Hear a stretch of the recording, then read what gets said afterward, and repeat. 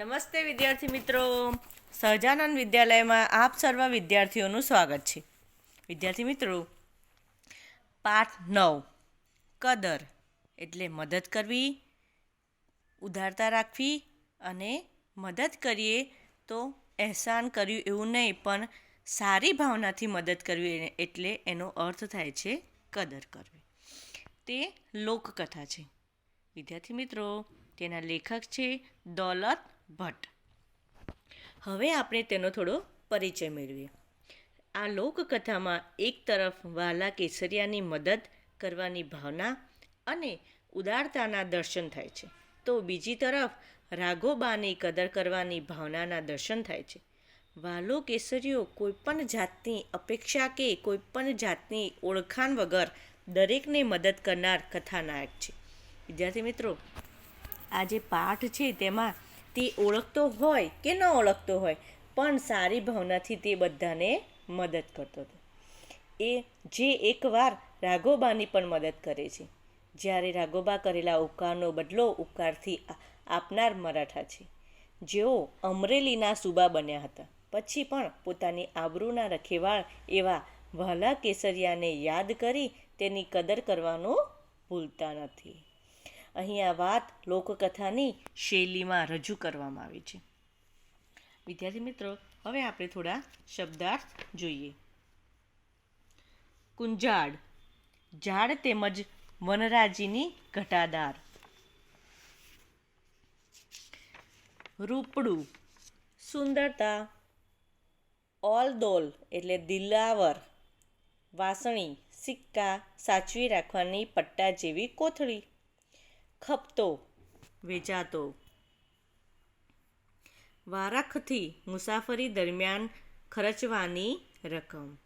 જાતવંત, ઊંચી ખાનદાન ઓલાદનું. વેગળું, જુદું, અલગ. પાણીપંથા, પૂરના પાણીની ઝડપે. રાગવાળી, સવારી કરી. ખોરાકી, જીવન જરૂરિયાતની વસ્તુ. ફિરદોસ્ત, દેવદૂત અને પેગંબર. જોગાણ, ઘોડા બળદ વગેરેને ખાવાનું અનાજ. જણ, ઝીણી રજકણ. સાફો એટલે ફેંટો. બાર, દિશા, કળાવવું, દેખાવવું. વાસિંદુ, ઢોરના છાણ સાથેનો કચરો. ફરમાન, આદેશ, હુકમ. ગનો, ગુનો. ભેર, મદદ અને સહાય. વિદ્યાર્થી મિત્રો, હવે આપણે પાઠ જોઈએ. કરણુકી નદી આમ તો નાનકડી, પ્રવાહે પાતળો પણ એનો કાંઠો બારે માસ લીલો કુંજાર રહેતો. કરણુકીનો કાંઠો ચરી એના ટોપરા જેવા પાણી પીને પશુઓ ગામમાં પાછા વળતા. આવી રૂપણી કરણુકીને કાંઠે ગરણી ગામ આવેલું. વિદ્યાર્થી મિત્રો, આ જે પાઠમાં જે ગામનું જે એ નામ છે તેનું નામ છે ગરણી. એની રૂપડ ઉડીને આંખે વળગે એવી. કે છે કે જે ગામ છે તેનું વર્ણન કરે છે તો કે એક મજાનું સુંદર ગામ છે. ગામમાં વસનારા માણસો ઓલદોલ, તેમાં સૌ કરતા સવાયો એક આદમી વાલો. કે છે કે જે ગામમાં જે લોકો વાસતા હતા તે એકબીજાને મદદ કરતા. ઓલદ દોલત એટલે દિલાવર, દિલથી સારા, એકબીજાને મદદ કરનાર. સૌ કોઈ સવાયો એક આદમી કે એકબીજાથી ચડિયાતા માણસો. જાતનો ચારણ, તેનો ધંધો ઘોડા વેચવાનો અને લેવાનો. જાતનો ચારણ અને ધંધે એ ઘોડા લે વેચ કરતો હતો. નાનપણથી જ એને ઘોડા સાથે ભારે હેતપ્રેત. અરબી, પંજાબી, કચ્છી અને કાઠિયાવાડી ઘોડાઓ વાલા કેસરિયાના તબેલામાં હણહણાટી કરે. કે છે કે જે આ માણસ છે તે કાઠિયાવાડી, તેને ઘોડા વેચવાનો બહુ શોખ હતો. તે ઘોડાને વેચી અને એ તેનું માવજત કરતો હતો. તે અરબી, પંજાબી, કચ્છી અને કાઠિયાવાડી ઘોડાઓ વાલા કે છે કે તે બધી જ જાતના ઘોડાઓને રાખતો. આવો વાલો કેસરીયો એક દી વડોદરામાં જઈને ઊભો રહ્યો. આ જે માણસ છે તે એક દિવસ વડોદરામાં જઈને ઊભો રહ્યો. મીટ મટાતા મન ઠરી જાય એવા ઘોડા જોઈને સૌ રાજી રાજી થઈ જાય. 1000 રૂપિયાની વાસણીએ કહે છે કે જે 1000 એટલે સિક્કા રાખવાની પટ્ટા જેવી કોથળી. વાંસળી કેળે બાંધીને નીકળેલા કેસરિયાની વાંસળીમાંથી વારખટ્ટી મચી ચીમાં 500 તો વપરાઈ ગયા હતા. વાટ ખપતી એટલે વાટમાં એટલે રસ્તે જતા 500 જેટલા તો વપરાઈ ગયા હતા. એક પણ ઘોડો ખપતો નહોતો. એની કિંમત સાંભળો તો સૌ પાછા વળી જાય. જે ત્યાંના ઘોડા હતા તેની કિંમત વધારે એટલે એના કિંમત સાંભળી અને પાછા વળી જતા. આખરે કેસરિયાએ વડોદરાને રામ રામ કરીને ઘરણી ભેગા થઈ જવાનો નિર્ણય કર્યો. તેને વિચાર્યું કે અહીંયા તો બહુ મોંઘું છે, એના કરતાં તો હું પાછો મારે ગામ જતો રહું. વડોદરા ઉપર ભગવાન સૂરજદાદાના તેજ પથરાવા માંડ્યા છે. જાતવંત 5 ઘોડાઓને દોરીને વાલા કેસરિયાએ વડોદરાને વેગળું મૂકવા પગ ઉપાડ્યો. કે છે કે આવો નિર્ણય કરી અને તે પાછા ફરવા તેનું મન તેને મનાવી લીધું. પાણી પંથા ઘોડાઓ અને પાછા વગર અસવારના પછી એની ચાલમાં પૂછવું શું. કે છે કે જે ઘોડાઓ પાણી પંથા એટલે કે છે કે જે ઘોડાઓ છે પૂરના પાણીની ઝડપે દોડનાર ઘોડાઓ, જેની જોડે ઘોડાઓ હતા તે પૂરના પાણીની જેમ દોડનારા હતા. કેસરિયાએ એક ઘોડા ઉપર રાગ બાળી કે છે કે સવારી કરી. રાગ બાળી એટલે સવારી કરવી. બાકીના 5 ઘોડાઓ એની ફરતા થનગનતા ચાલવા માંડ્યા.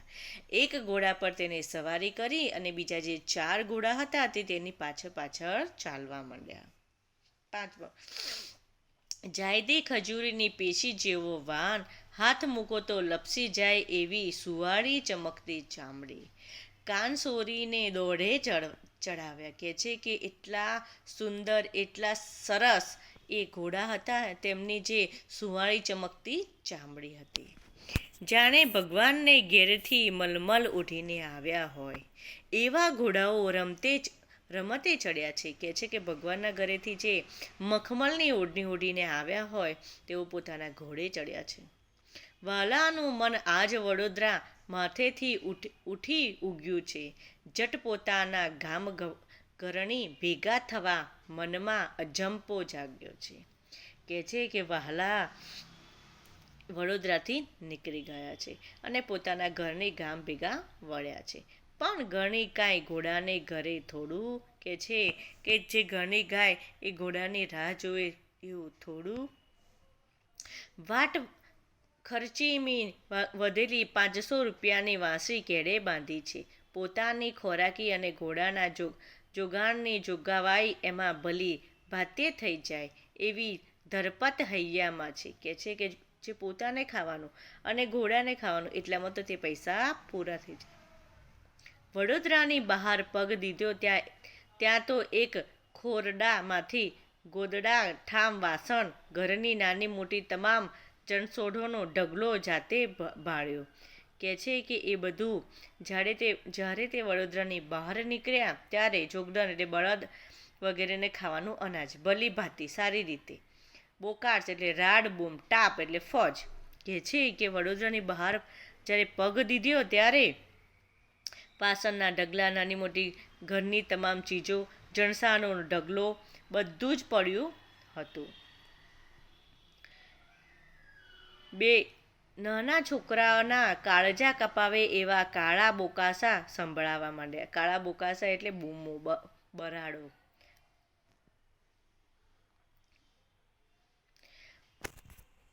કુણા હૈયાવાળા વાલા કેસરિયાથી ઘોડાની લગામ તણાઈ ગઈ. તમાશો જોવા ટોળું ભેગું થયું હતું. ઘોડેથી ઉતરીને ટોળાએ વીંધેલી વાલો ઘરની લગામો લગ જઈને ઊભો રહ્યો. જોતાં જ કેસરીયો માલમો પામી ગયો. કે છે કે જે આ બધું એકદમ શું થઈ રહ્યું છે, બૂમાબૂમ થઈ રહી છે તે પોતાના ઘોડા પરથી ઉતરીને જોવા લાગ્યો. લેણદારની ટાપ ઉતરી હતી. ગાભા, ગોદડા, ઠામ, ઠીકરા, ઠેબે આવ યુવાનના મરાઠાના મોં ઉપર મશ વળી ગઈ હતી. એક યુવાનને આપત્તિ આવી પડી હતી તે અહીંયા વર્ણન કરવામાં આવ્યું છે. ગાભા ગોધરા ઠામ ઠીકરા ઠેબે આવતા હતા. યુવાન મરાઠાના મોં ઉપર મશ વળી ગઈ હતી. તાપ લઈને આવનાર શેઠ ઉપર વાલાએ નજર બ્રોથી સવાર કર્યો. શેઠ, કેટલા રૂપિયાનું લેણું? આંકડા બોલો. કે છે કે પેલા જ્યારે આ વડોદરામાં ઘોડા લેવા ગયા હતા ત્યારે તેમણે જ્યારે તે પાછા વળતા હતા ત્યારે રસ્તામાં બધો જ સામાન બહાર ફેંકી એક શેઠ ઊભા હતા. ત્યારે તે એની પરિસ્થિતિ જે સામેવાળાની પરિસ્થિતિ સાવ ખરાબ હતી, પણ શેઠ તેને બહારને પૈસા લેવા આવ્યા. ત્યારે આ કેસરીયો વાલમ ત્યાં પહોંચી જાય છે. શેઠ, કેટલા રૂપિયાનું લેણું? આંકડા બોલો. કે છે પરાયો, જેને કોઈ ઓળખાણ નથી, જે તેને ઓળખતો નથી, તો બી તેની સામે જઈ અને તેને પૂછે છે, ભાઈ, મારો મારક તારી રાહ જોવે છે, હાલ તો થા. કે છે કે તારું અહીંયા કશું કામ નહીં, તારો મારક તારી રાહ જોવે છે. શેઠના અવાજમાંથી તિરસ્કાર છૂટ્યો. બાપ બોલો, કેટલાનું લેણું? આ છોકરાના આહુડા મારાથી જોવાતા નથી. કે છે કે પેલો શેઠ કહે છે કે જા, તારો રસ્તો પકડ. બાપ બોલો, કેટલાનું લેણું? શેઠનો મિજાજ તરડાયો. આવ્યો મોટો, કેટલાનું લેણું? દાતારનો દીકરો. કે છે કે પૈસાવાળાનો દીકરો. ખેસ ફંગોળતા શેઠે કહ્યું, ખસ એટલે ખેસ એટલે ખસ. બોલ, રૂપિયા 500નું બિલ ભરવું છે. 500નું. કે છે કે 500 રૂપિયાનું બિલ ભરવાનું છે. એક પળને બીજી પળે કેસરિયાએ કેડેથી વાસી છોડી મૂકતા પત્રિકા જેવા 500 ગણી દીધા. ઉપરથી ફિરસ્તો ઉતર્યો હોય એવું જુવાન મરાઠાને લાગ્યું. પ્રામાણિકતાની પછેડી ઉપર પગ દઈને યુવાન મરાઠા રાઘોબા ફાટી આવેલ આંખે વાલા કેસરિયાને જોઈ રહ્યા. જેમની પરિસ્થિતિ સારી ન હતી તેમનું નામ હતું રાઘોબા, અને જે તેમને મદદ કરી રહ્યા હતા એમનું નામ હતું કેસરિયા. વિદ્યાર્થી મિત્રો, આ પાઠમાં કોઈ વ્યક્તિ એને ઓળખતું નથી, તેને જાણતું નથી, પણ જ્યારે તેનો પરિસ્થિતિ વિકટ હતી ત્યારે કેસરિયા વાલમે તેની પડખે ઊભા રહી અને પેલા શેઠને પૈસા આપ્યા. એ આ પાઠમાં વર્ણન કરવામાં આવ્યું છે. વિદ્યાર્થી મિત્રો, બાકીનો પાઠ આપણે આવતા વિડીયોમાં જોઈશું. નમસ્તે.